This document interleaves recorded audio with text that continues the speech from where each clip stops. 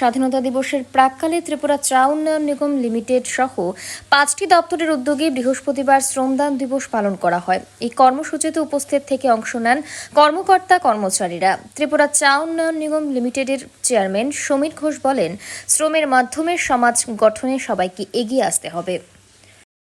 সারা দেশব্যাপী আমাদের শ্রমদান কর্মসূচি একটি রয়েছে সরকারিভাবে, তো তারই অঙ্গ হিসাবে আজকে আমরা এখানে ত্রিপুরা চা উন্নয়ন নিগম এবং ভিজিলেন্স, প্রসিকিউশন এবং মাইনরিটি কর্পোরেশন সহ আমাদের এখানে 5টি দপ্তরের আধিকারিকরা থেকে শুরু করে সমস্ত কর্মচারীবৃন্দ আমরা আজকে শ্রমদান কর্মসূচিতে অংশগ্রহণ করেছি।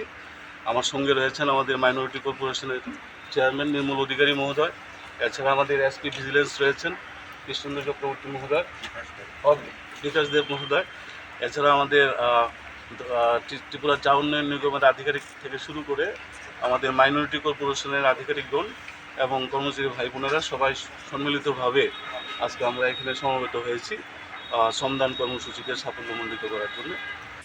ব্যুরো রিপোর্ট, অবিরাম 24/7।